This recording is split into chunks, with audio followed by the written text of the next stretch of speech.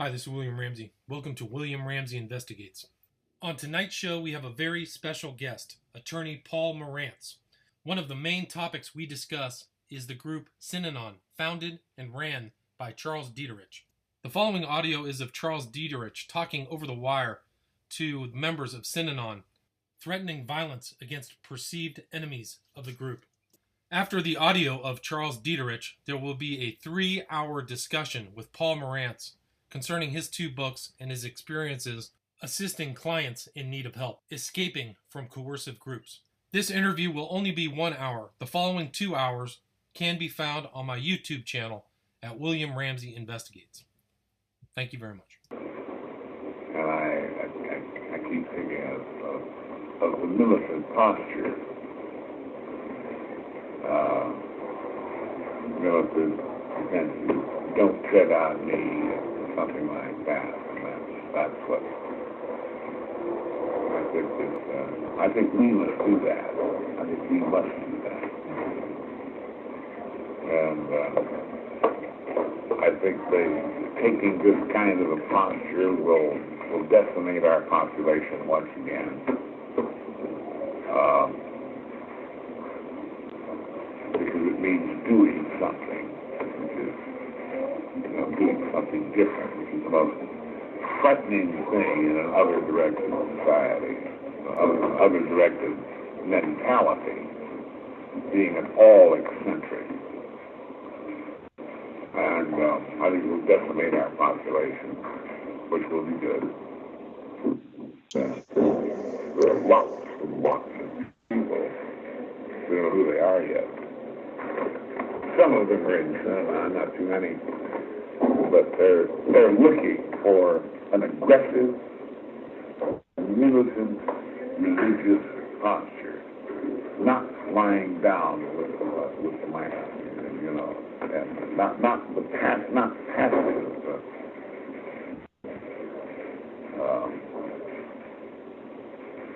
religion, not turn the other cheek religion, but that is traditional religion in the main. That does not mean that is the only religious posture. Not at all. It just happens to be to have been the convention of the one that broke down.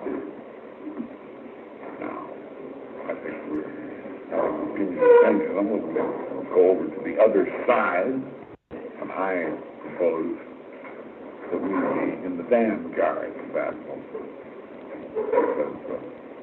We've already tested it out in various small, tiny, minuscule ways by beating up the Vancouver punks, by beating up the San Francisco punks, by chasing the dingbats around with our hay rooms and so on. We're beginning now, most ineptly, to throw people downstairs in Santa Monica. We won't be as inept at this in another 6 months. We will not be inept at all. And I think that we could, without too much effort, get a reputation that will be all over the United States within 1 year's time. Don't fuck with Synanon in any way. I think that's what that's what I'm trying to do. I'm trying to do that, and I'm trying to bring that about. I think that is is the new religious posture. We'll see. Maybe I'm right.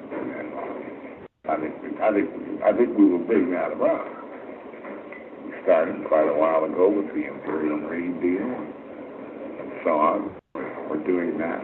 Taking our best people, putting them into this kind of situation. And it is our intention to do just exactly that. We're not going to mess with the old time, turn the other cheek, and religious posture. We're going to, our religious posture is, don't mess with us. You can get killed dead. Physically dead. And we're going to crack some bones. Not too many, you don't have to. man. And we're going to react to all aggression toward us. We either think we have a good thing here or we don't. If we have a good thing here, then we're not going to permit people like greedy lawyers to destroy it. And we're going to make certain that they don't and that their friends know about them. The preceding audio was of Charles Dieterich, founder and head of Synanon. Now on to the interview with Paul Morantz. The book that I read was Escape, My Lifelong War Against Cults, written by attorney Paul Morantz. Paul, are you there? Yes, I am. Awesome. Well, I really appreciate you taking the time to talk about this book and your life as an attorney who fought cults. I read the book over the last week. It's a fantastic read, really interesting. But I would suspect much of this audience hasn't heard your name. If you could give us a little background about yourself, how you got into the law, where you grew up, things like that, that would be great. Sure. But first, let me correct you that I would not describe myself as being part of the anti-cult movement. Okay. A movement is actually what the book complains about, the more accurate description for a cult. And there are and is an anti-cult movement, okay. and sometimes it takes on the same characteristics of a cult, black and white thinking, the ends justify the means, and led to a period that's sort of past now of kidnapping, deprogrammings, and I was never a part of that. Okay, I was someone who tried to educate people about the dangers of cults. Awesome. Well, I appreciate that clarification, but tell the audience a little bit about your background, where you grew up, etc. I grew up in West Los Angeles. I went to Hamilton High School. My dream was to go to USC. And there I was sports editor and good friend of John McKay's and O.J. Simpson, and it was a very fun time of life. I decided that I wanted to be a writer, and I thought that's what I was going to do in life, but it was so much fun at USC. I went to law school so I could hang around another 3 years, Gotcha. This was like 1967 to 68, we're still talking about, the time of, the revolution, girls in short skirts, and it was just a great time to be a teenager and be young. You don't want necessarily to have it in quickly. Gotcha. Well, that makes sense. I mean, the law students on a campus are kind of like the big men on campus too, right? Oh, yeah, somewhat. I mean, there was a certain group of undergraduate girls that always managed to study in the law school library, and when we walked in, we could identify them and their presence by their perfume. Gotcha. That's interesting.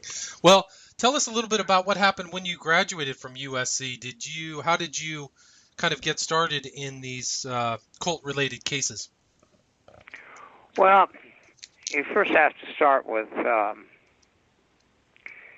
personality. Put it in contrast, in 2011, in the book you read, I was very concerned at that point about the type of movies that were being made at that time, which centered on the bad guys as being the heroes, and worried about what effect that would have on future generations. Although it seemed, as fast as I wrote that, the movie swung back to doing movies about heroes again. But I grew up at a time in the 50s that you saw television, you saw John Wayne. A big thing in my life was when I was 9 years old, watching the episodes of Davy Crockett and Walt Disney's Wild World of Color.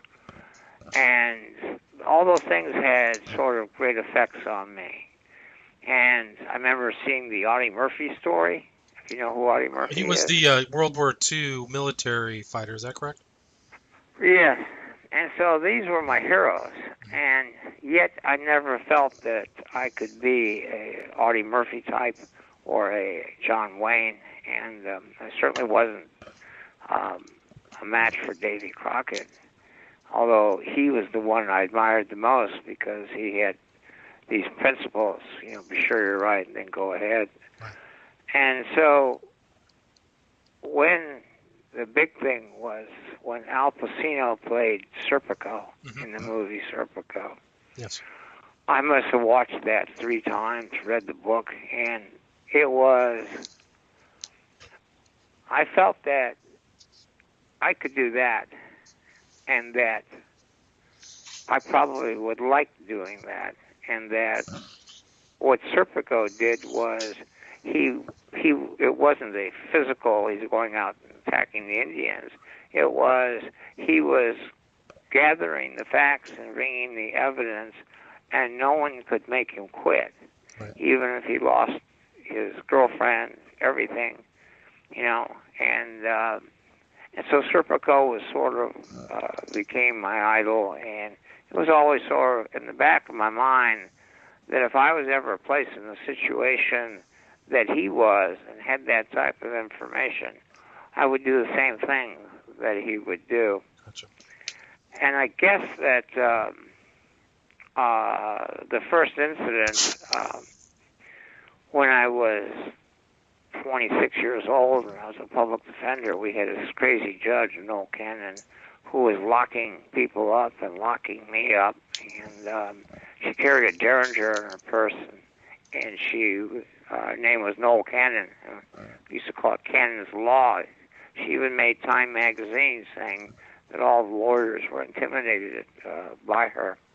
And when she locked up one of my clients to get back at me because I ran an appeal to get him out of jail when the investigators had actually cleared him, and she had him locked up. And at that point, I began to do investigation on her and prepare a report to show that she knew that his case had been dismissed and that he had been cleared when she locked him up. And that led to a hearing eventually in which she became the 3rd judge in California to be removed from the bench. Interesting. And I think that sort of cemented my personality, so to speak. Gotcha. Then I had success in writing, and I'd written a story that was being published in Rolling Stone. I'd written some other stories published in West. I had an agent, I had people wanting me to write books. I was starting to work on a screenplay, and I thought this is where I wanted to go in life. Right. And that was about Jan and Dean, right? Jan and Dean? Yeah, about Jan and Dean. Gotcha. And so then the strange thing happens is that through a Skid Row alcoholic named T.B. Renfro makes a phone call from Golden State Manor to a liquor store operator in downtown Los Angeles. They weren't allowed, the Skid Row alcoholics, to use the phones, but one nurse let him make a call, and he said to the operator that I'm being held prisoner here. He called my brother, and I managed to get hold of a nurse at the place, and right. She confirmed to me that there was a whole series of Skid Row alcoholic people that she believed there was no reason for them to be there. It was a mental ward, and that they had been brought strangely by this man named Weldon. She had done a little investigation and found out that they arrived the same day that they left prison for drinking. Interesting. So I thought they were probably there on probation. I just didn't understand it. On probation, a judge can say, instead of a jail or for a shorter jail sentence, you agree to go spend time in a nursing home. But that's still voluntary. They can still walk out. It just would mean they'd be breaking the conditions of probation, and they could be sentenced. But I figured it was something that probably everyone involved didn't really understand. I wasn't really ready to think that people could kidnap Skid Row alcoholics to make money off of them. It just didn't seem like that was a likely thing. Right. But then the thing that changed, I guess, the course of my life was the next Saturday. There was a story in the LA Times. They arrested X-ray operator, a guy that does portable X-rays at nursing homes, because he hired a hitman to assassinate the administrator of Ranchos Los Amigos. And the reason for that is that the administrator was going to testify that the X-ray lab portable guy was trying to bribe him to send certain long-term patients to certain nursing homes. Gotcha. And when I thought, wow, if that's going on in that industry, maybe I should call back that nurse again. And I was to spend about 2.5, 3 months pretty intensely researching, finding former employees at the nursing home. I finally found a bookkeeper who, for her own safety, kept copies of the payoff checks to the capper who brought the bodies Gotcha. to the nursing homes, Gotcha. where they were being filled with Thorazine. And when I finally had it all put together and knew exactly what was going on, that there was this conspiracy to kidnap Skid Row alcoholics to fill the beds so they could collect the money from Medi-Cal, Medicare, and Social Security, I knew that once I went down for my one client, T.B. Renfro, to get him out, that they'd let all the others out and that they would destroy the records. So I took everything to the health department and laid it all out for them. And they said, what do you want us to do? And I said, I want you to come with me when I go to get my client out, because you have the power to grab the records before they destroy them. Right. And so that was the start. And so for 2.5 years, I was involved in that case. I had Skid Row alcoholics living in my apartment at times when their depositions were taken to make sure they stayed sober. I sort of became their babysitter. And when that case was over, I was sort of a local celebrity, not a national celebrity, but a local celebrity. You know, I was known to the health department. I was known to the county council. I attended many hearings. And so I had a lot of people sort of believing in me. Gotcha. But I thought that was my last of it. I thought, okay, I did my Serpico thing. You know, they could not make me go away. 8 law firms. You know, I battled the case and I exposed the nursing home industry. When T.B. Renfro, my client, died, he was on the front page of the L.A. Times as a Skid Row alcoholic who launched the biggest investigation into the nursing home industry in its history. So I felt, well, I've done that, did that, and now go back to my writing career. And about that time, I had Jan Dean now was being, made to a movie in CBS. So I got my into Hollywood, so to speak, because you can't really sell until you sold. It's kind of a hard circle, but now I had pierced it. And I met a woman that I thought I was going to marry, had 2 kids, and so I saw my life as being pretty well set. And I probably was going to leave law. I wanted to sell the next screenplay or write a book, something to just give me a little more security and confidence, because I wanted to raise these kids and marry this woman, and so I couldn't go back to, writing in some apartment, selling magazine stories, like the Rolling Stone, that did not really pay the bills, Right. Unless you went on a staff, and I don't think I would have wanted to do that. So I took a job at a law firm and was living a pretty normal life and thinking probably that that's what I wanted. Meanwhile, in 1976, I think it was, this woman, Frances, met Ed visiting from Los Angeles and Georgia. Ed worked from Western Union. Now, Western Union, for all the youth out there, this was long before the internet and email. Right. People sent messages, believe it or not, by Western Union. It's long ago, past history. It'd be like getting the original printing press. Right. But Western Union was still going in '76, and he fell in love with her and married her, brought her back to Los Angeles. And she had some history of emotionalism after she broke up with a boyfriend, and now she lost a job, and she was having unfounded fears about her husband, and he might want to leave her, that she wasn't holding up the marriage. She had unfounded fears that something bad was happening to her parents.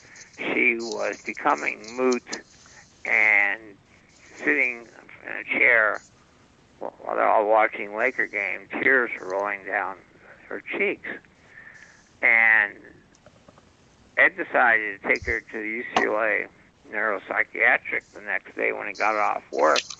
But in the morning, he dropped her off at Venice Family Planning Center to see if she could get a tranquilizer. Venice does not apply tranquilizers. It is strictly birth control advice. And the person there, husband was a donor lawyer to Synanon, and she said, why don't you go to Synanon? Maybe they can help you. Gotcha. And she took a taxi cab ride. And as she said, going up the steps, that someone said to her, don't go in there, you'll never come out. But she went in, and she went upstairs, and she answered a few questions. Do you want Synanon's help? Yes. Will you do what we said? Yes.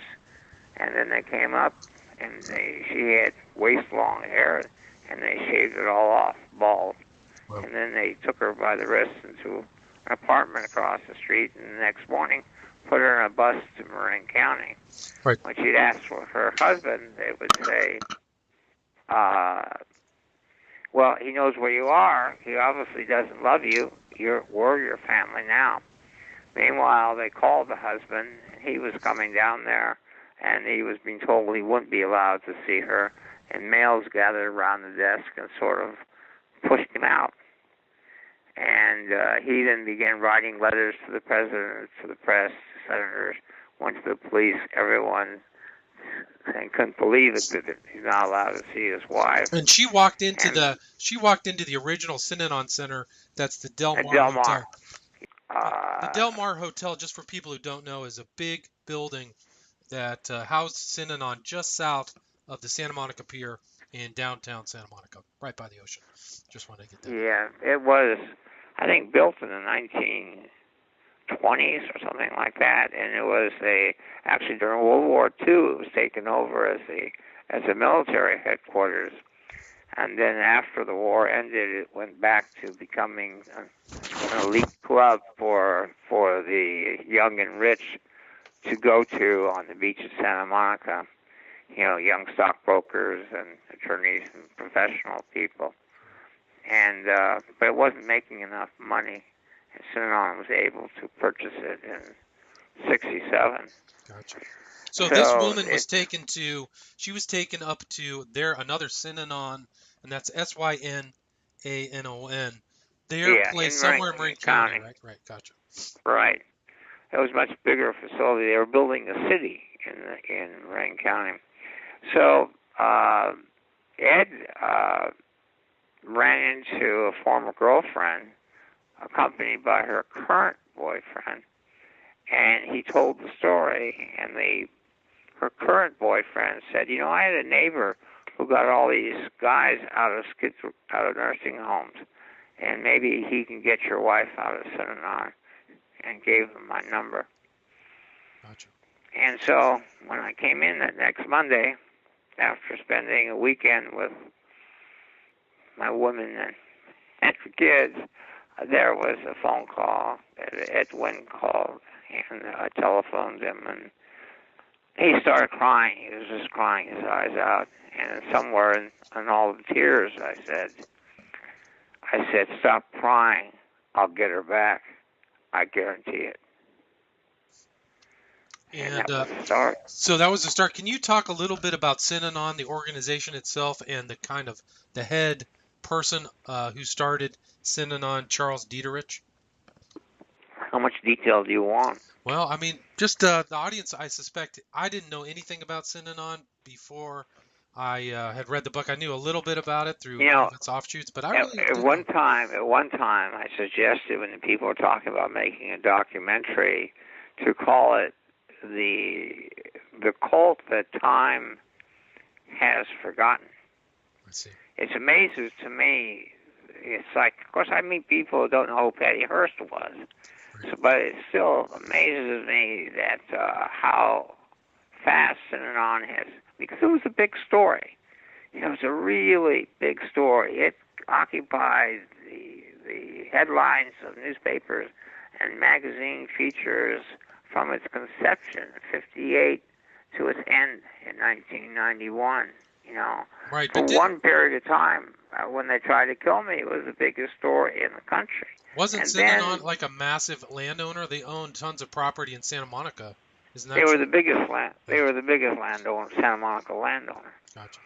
And they were worth in the 70s about $33 million, which just, you know, Jonestown was by comparison, I think, was $6 million.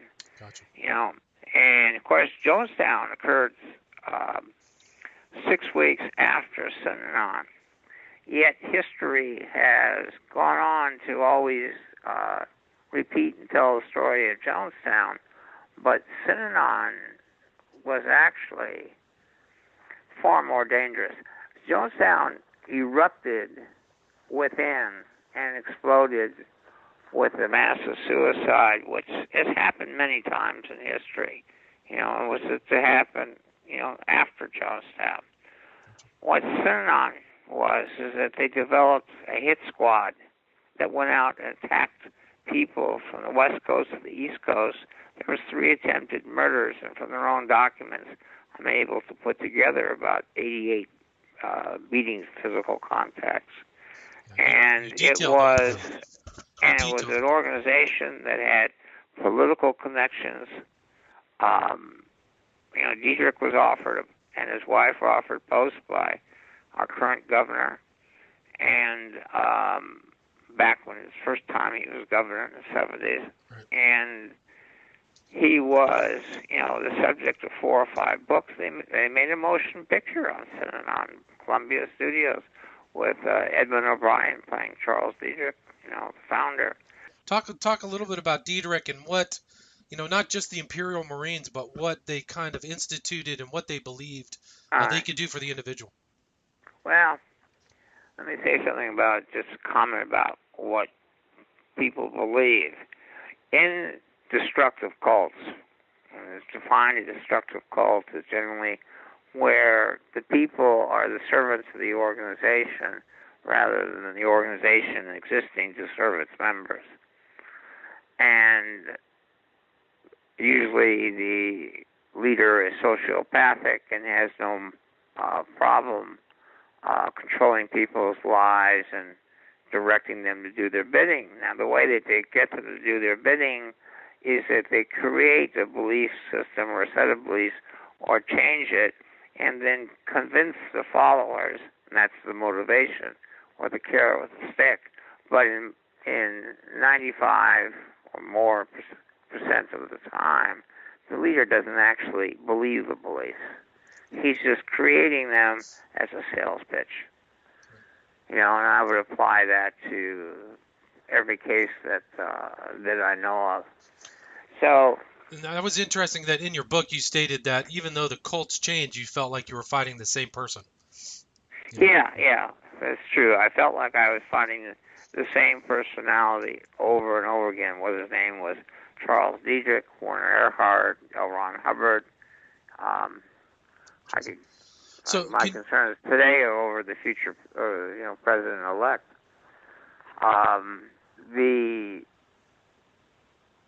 The same kind of personality traits. Yeah. I mean, a lot of things the president-elect said I've seen come out of the mouths of cult leaders.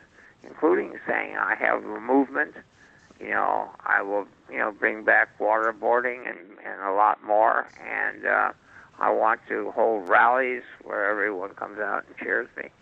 These are, things that Well, those are cause great similar to the concern. things that Dieterich did in Synanon, right? Didn't he have like attack groups and he used to It's, speak it's, over the wire or something? Can you talk it's, about it's, that? it's consistent with George Orwell's predictions, and it's consistent with Nazi Germany. I would say the first thing to explain about Dietrich is his childhood. He was born in Toledo, Ohio. His father was a salesman, and his mother was a stage pianist. They were upper middle class, probably, but the father died when he was 4 in a automobile accident, drunk. And his mother made Chuck the favorite of the 3 kids that she had, and she was the oldest, and he was sort of at a very early age made into the man of the family.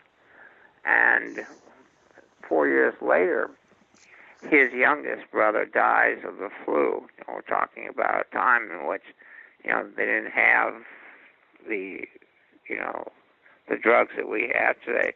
The flus were like epidemics, wiping out millions of kids. But when he was 12, his mother remarried a very rich man in Toledo, and Dietrich became jealous that his role as the leader of the house was taken from him. And by that time, he started to drink, rebel rouse, and had a sort of a life as a party person, to be the opposite of his father-in-law, who was conservative and religious and financially successful. Chuck tried Notre Dame and flunked out elsewhere, and finally gets a job for the Standard Oil Company, and he Gulf Oil, excuse me, and he becomes a salesman for them and has some success. Marries. He has a son, and but he's just becoming more and more of a drunk. She finally throws him out of the house, and he decides to go to California and be a beach bum. When he arrives in California, he ends up working for Hughes Tool, and finds his way to, when he marries a second time, and that one ends marriage the way the first one does. He's just too drunk, and she's had enough, and he had a daughter in the second marriage. After they divorced, the second wife's new boyfriend, when she broke up with him, shot her, killed her in front of Chuck's daughter, J.D. Wow.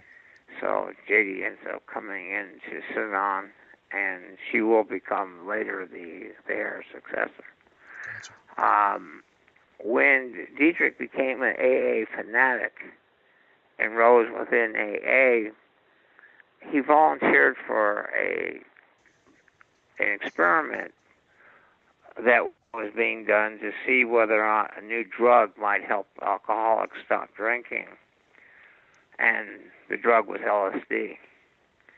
And Dietrich took it and had this great experience where he believed that he saw the world as it is. There was no good, there's no bad, it just is. And went through a period of reading philosophy books, psychology books, and then began to speak in those tones at AA instead of the normal religious tones. And he developed a following that would come to his apartment after the AA meetings, and they would enter into a circle and play what was later to become called the game. And the idea was you can scream and attack anyone's behavior, and you don't even have to be telling the truth. You can say anything you want to have a cause and effect. And a couple addicts came around and were allowed to participate. AA in those days did not allow addicts in because of the belief it could not be cured, and they would just rob and steal.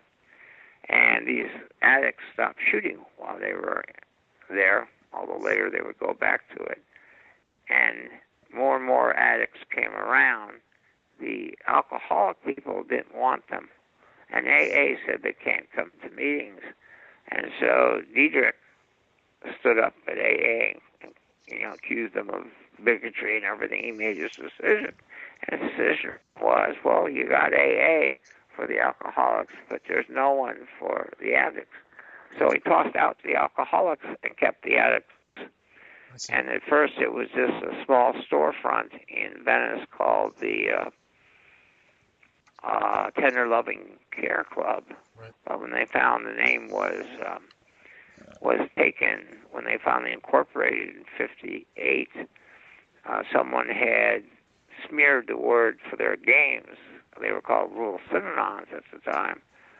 And actually, they were called seminars or symposiums, and someone slurred the word together and got synonym. And Diederich spelled it in the sand, and the beach played with the words, and then he said it would look good on the trucks. And so in 1958, Synonym was born. And Diederich said it would one day be bigger than Coca-Cola, right? Right. And a lot of people thought that, this was finally the birth of Camelot. And in some sense it was. I mean, Synonym was actually in this history of quest for utopia, it maybe got closer than most. Interesting. It got to the tip, but, it's like if you read George Orwell or if you believe in his philosophies, mankind could never create utopia because he's too flawed. And in the end, it will crumble. And that's kind of how it played out in Synanon. I mean, even though they attracted people like Leonard Nimoy, Robert Wagner, they had their own kind of strange kind of doctrines and phrases that they used for their stuff. They, talked about every cult does. Every cult makes its own language. Whether or not it's Scientology, Synanon, Moonies, and Lifton, Dr. Robert J. Lifton, in his book on the brainwashing of the prisoners of war, said that everyone thinks they're becoming smarter because they're learning these new phrases and these new words. But he says it's actually reducing your capacity to think because your language is being reduced to small phrases. Right, gotcha. And to repeating small phrases. So you're actually not, it's the language of non-think. Gotcha. Yeah, I mean, it's interesting, all those phrases and terms. And I mean, he was basically like a human potential. It became a human potential movement, right? From kind of drug rehab. Yes. I mean, I could go on for a long time about Maslow, who was sort of the creator of all this. But see, Synanon just copied, as it went along, sort of whatever was popular at the time. So in the 50s, you had the coffee houses and the beatniks. And so the image of Synanon was a coffee house and where people played bongos. And so Hollywood sort of discovered it. Charlton Heston, like I said, Natalie Wood, Lucille Ball. Everyone was coming down, Steve Allen, because they wanted sort of an escapism, they thought, from, if anything, from the phoniness of Hollywood. Synanon was real. People talked, supposedly, about real problems and the problems they had growing up, and it was very attractive. The amount of non-addicts who would come to their Saturday night parties and donate money just kept growing and growing, and Synanon became more and more famous. And then it just kind of went sour. I mean, you talked about the Imperial Marines. You talked about some of their strange stuff. Well, it's a lot slower process than that. It's in my other book, Miracles of Madness. I only tell the story of Synanon. It's a huge book, 670 pages, and it's meant to be the most complete study of one group that you'll ever see.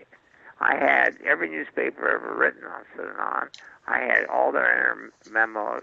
I had tape recordings of Diedrich, and I was able to put together this amazing story in history. But it was, first the addicts began to use the language of the street, the swear words, and they were allowed in the game so you could, attack people. You were not allowed to commit violence, and you were not allowed to threaten violence. The belief was that that would stop people from speaking. And then also, if there was violence, that the police were waiting to tear them down. Synanon was born in controversy. You had a group of criminologists like Louis Yablonsky and different people that thought it was, the greatest thing in the world. And you had a senator tell John F. Kennedy that it's the miracle on the beach. Santa Monica was against it. They did not want a beacon attracting addicts from all over the country who would then fail and then, occupy Santa Monica. Right. They wanted Synanon, gone. And they arrested Diedrich for operating a hospital without a license and out of zone. At that point, using a National Guard armory that was located on the beach right on the edge of Santa Monica. And Governor Brown Jr. signed a bill, Pat Brown Sr., his father, signed a bill in 1961 that exempted Synanon from health licensing under accepting the Synanon argument that the public had failed in curing drug addicts. So keep the state out of Synanon and let Synanon go its own way and find its own cure. Gotcha. And that was accepted. There was a very powerful minority view that Synanon didn't cure anybody but absorbed people, and that it had cultist aspects, and that one day there would be a state of mind in Synanon that they were afraid of. Turns out that those people were the ones who had a better crystal ball.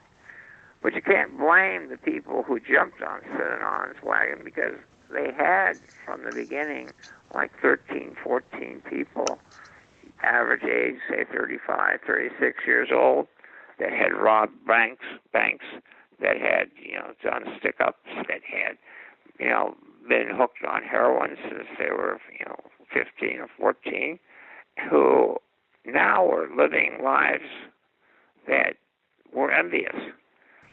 And a large part of that was that they had reached an age where they were tired of the streets. They had reached an age where they were ready to commit to something, to get off drugs.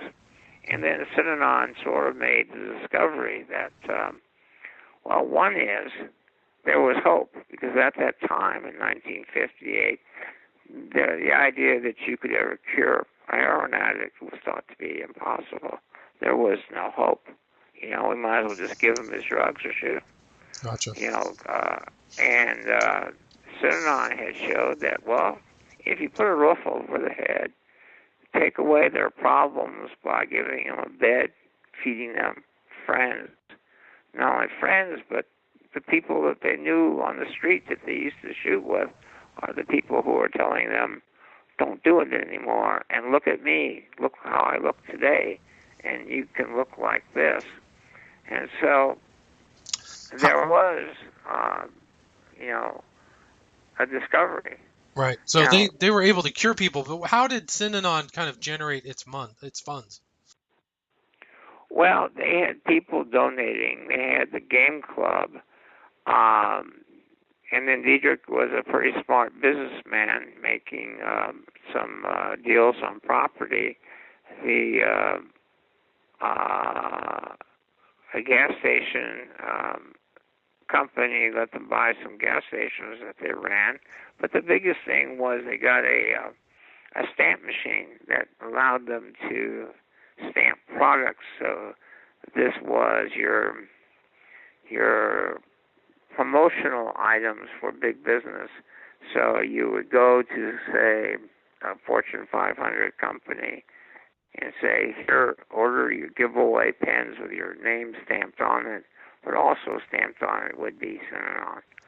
And the message was, if you buy from us, not only do you get a tax write-off, but you save a life. And that was a pretty big sales pitch, and that brought in, eventually they've become the second largest supplier of promotional items in the United States. All right, so it was like merch or something like that is what And they there were always businesses, and then, as they developed more and more businesses, the changes in Synanon came in 1966. Diedrich actually saw Synanon as a failure. The actual percentages of people staying off drugs, no one really knew, but from what they could piece together, it was, maybe 3%, 2%. It just wasn't succeeding. Gotcha. A large part was they were getting younger people. A lot of people coming, on the information. A lot of people came there just to get clean for a while and then leave. They didn't have the same dedicated people that they had in the beginning. And so Diedrich saw it as a failure. It's funny because I don't. I think it was more successful than he thought it was. But he then began to recruit the squares. Squares were non-addicts, and he saw them as what he needed to run the businesses and to develop it into utopia and to create the new society. And for this, he developed the Synanon Trip, which was a process that I believe that Warren Earhart copied when he made the S training. The idea that you come for a weekend, you're not allowed to sleep, you use a lot of meditative states, people are attacked verbally, shown to be, that they're assholes, and the message being applied that there is hope, and that is total commitment to Synanon. And so through the trip experience, squares were then sucked into Synanon. They would turn over all their money and their wealth. And it's very interesting, both with Jonestown, with Synanon, and a lot of these groups that started helping poor people, that really changes in them where they became sort of crazy and violent is when the middle class started entering. Interesting. And, it's kind of interesting. It seems to be a common thing. But the people from the middle class, some of them are coming because they want the power. Gotcha. Who are these people? Most of them are good people, but they're just lonely. They're unhappy. They don't particularly like freedom. They want someone to carry a big stick, a big daddy, and tell them what to do and how to live, and give them their meals and their jobs and their friends, and most of all, give them a purpose in life. Gotcha. And that is always a large part of the population at all times in history. That's why we have cults over and over and over again, Right. is because you have this group of people, and they do live better and happier in such environments. The trick is to keep it from going bad. Well, in Synanon's case, Diedrich in 1967, he said there's no more graduation. No one ever leaves. This is a cradle to grave. So a lot of people think that the Eagles song, Hotel California, was actually written about Synanon. That's interesting. So how did the Eagles know? How did the Eagles know about Synanon? Well, everyone knew about Synanon. I'm telling you, Synanon was big news. And and also there's this connection between jazz and musicians and so on, because those are the people get hooked on drugs. So a lot, musicians and jazz musicians went into Synanon. But from this period, they never came out. So that to leave was no longer allowed. The idea was that Synanon was a failure, and that the only way that someone stays off drugs is to stay here forever. Gotcha. What do you think that Synanon's? What do you think Synanon's peak membership was? About 1800, 1800. 2000. That was what, in the mid 70s, early 70s? Yeah. And what? It just kept steadily growing each year. In the 60s when he closed it, there's probably about 580, something at that time. But when he built a city in Marin County where it could be a cradle of the great society, he instituted containment. And containment meant that you don't leave the facility. We have our own movie theaters, we have our own restaurants, we have our own food, all entertainment is here. You don't associate with non-Synanon people.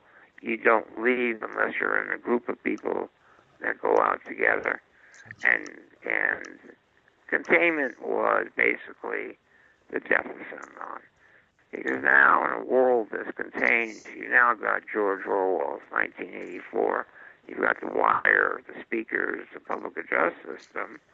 But Diederik is now surrounded by yes men. Nobody who will say no to him. And everyone will reinforce his any idea.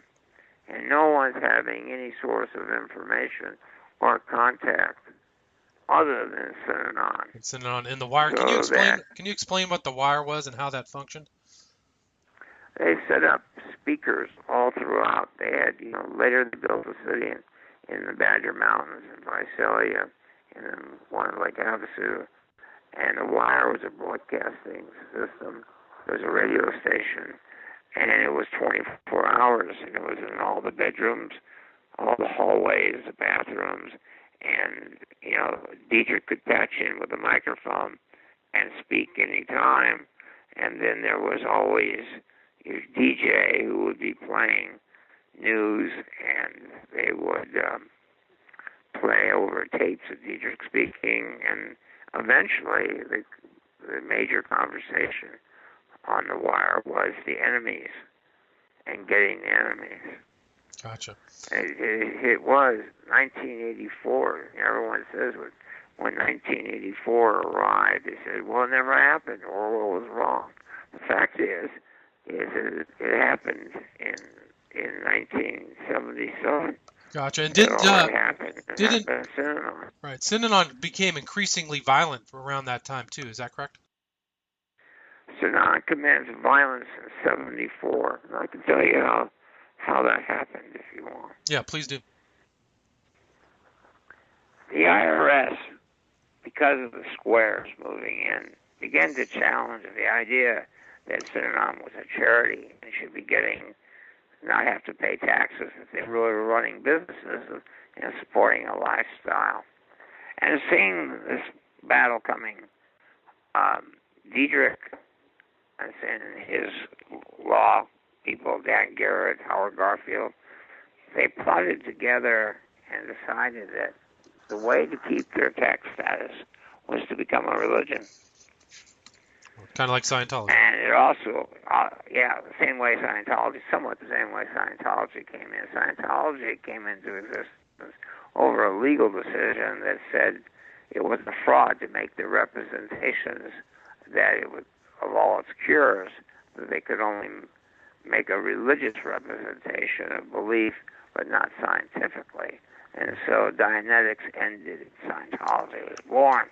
In Synanon, it was, we want to not pay taxes, so we become a religion. Now, another thing that they did was, now up to this point, you remember Diederik's younger brother dying of the flu and the role he had as a small kid.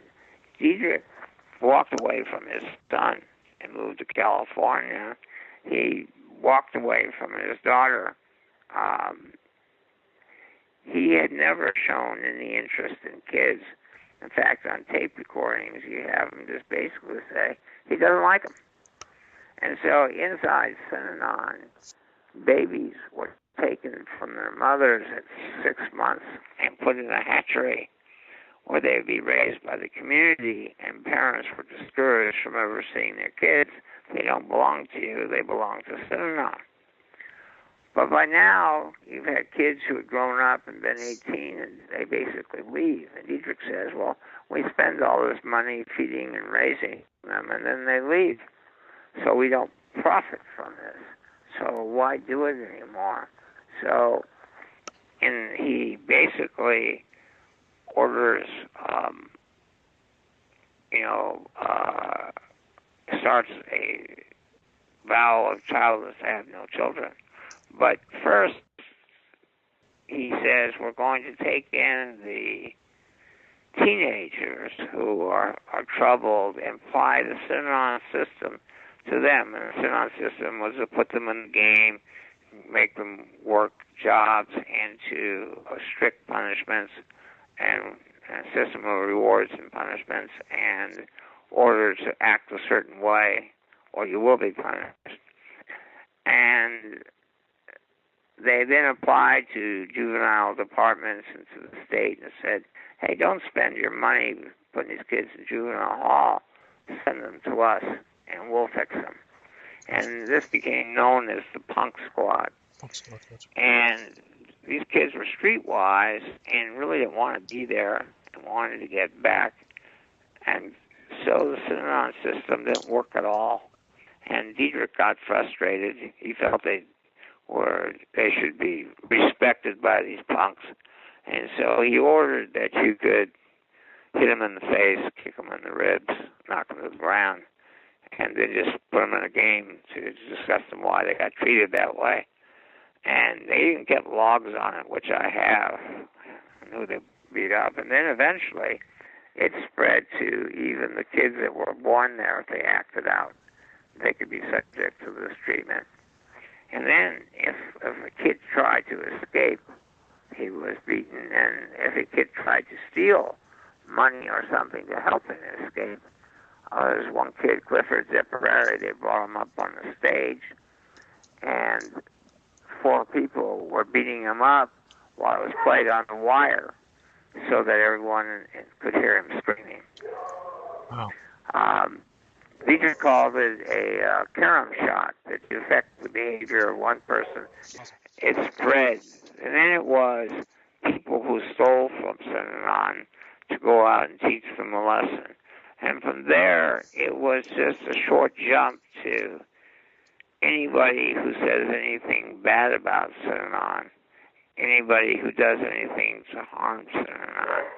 And then Dietrich trained the Imperial Marines as a hit force to go out and get the enemies of Synanon, which is seen as lawyers, the media, or anybody who would say or do anything against Synanon. And that's how it went from nonviolent to violent. Dietrich even announced it in a press conference in 1977 that the rule of nonviolence was no more. And you got caught up in the violence, right? Yes. Okay. In the following 2-hour interview, Paul Morantz discusses Synanon's attempt to murder him and his involvement with other cults. So please go to William Ramsey Investigates on YouTube to hear the 2-hour discussion with attorney Paul Morantz.